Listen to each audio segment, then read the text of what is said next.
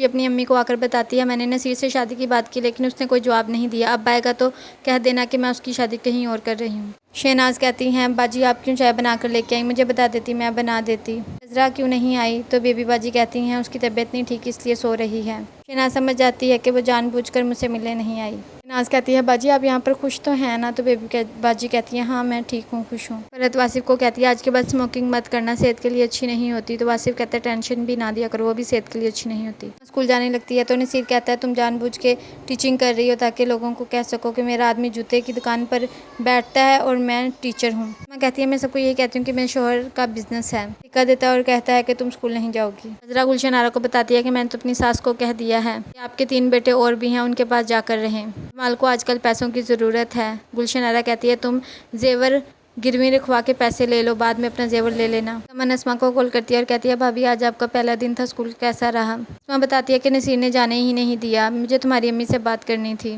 उनके पास किसी बुटीक का नंबर था, मैं उनके कपड़े सिलाई करके दे दिया करूंगी। जरा की अम्मी वकार को कहती है हजरा ने 3 लाख दिए और तुमने जाकर जमाल की दुकान पर दे देने हैं। जरा की भाभी कहती है ये पैसे इसके पास आए कहाँ से, तो उसकी अम्मी कहती मैंने नहीं पूछा। अपनी अम्मी को कॉल करता और कहता अम्मी मुझे आपकी बहुत याद आ रही थी, आपकी तबीयत तो ठीक है ना, आप मुझे बहुत याद आती हैं। अम्मी कहती जब मैं तुम्हें याद आया करूँ तो काम और ज़्यादा किया करो, बस तुम जल्द अपने पैरों पे खड़े हो जाओ। कहता है आपने रक्षी को बताया नहीं कि मैं आया हुआ हूँ, तो उसकी अम्मी कहती है नहीं मैं रक्षी को अब तुमसे मिलने नहीं दूंगी। रक्षी के बहुत ज़्यादा रिश्ते आ रहे हैं, वो तुम्हारी वजह से किसी रिश्ते के लिए हाँ नहीं कर रही। वो तो कहती है मैं तुम्हारे बीवी बच्चों के साथ गुजारा कर लूँगी लेकिन तुम मुझे अब हाँ ना का जवाब दो। सिर कहता है मेरे भाइयों के साथ कुछ मामलात हैं, प्लॉट वगैरह सेल होने हैं, उसके बाद मैं इससे निकाह कर लूँगा। माल कहता है तुम्हारा भाई मुझे 3 लाख देकर गया था। जरा कहती है हाँ वो मेरे हिस्से के पैसे इकट्ठे नहीं दे सकता इसलिए थोड़े थोड़े देगा। जमाल को कहती है मैंने बहुत खिदमतें कर ली तुम्हारी अम्मी की, 2 बेटे और भी हैं, उन्हें कहीं वो भी एक महीना रखे अम्मी को अपने पास। वाली लेडी अस्मा को कहती है कि मैं आपको कपड़े दिया करूंगी और पेमेंट भी टाइम पे दे दिया करूंगी। अपनी अम्मी को कहता है आप कपड़े धो रही हैं, मेरी बात माने तो अस्मा के पास चली जाएं, ये आपकी खिदमत भी नहीं करती। अम्मी कहती है जमाल तुम्हें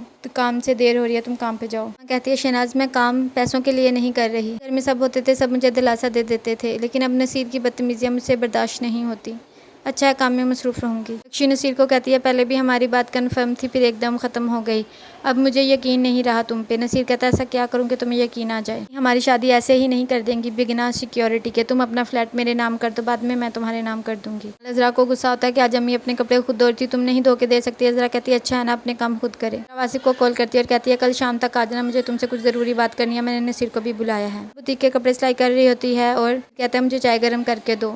सोकर उठती है और अपनी सेल्फी बनाकर नसीर को सेंड करती है। नसीर देखकर बहुत खुश होता है।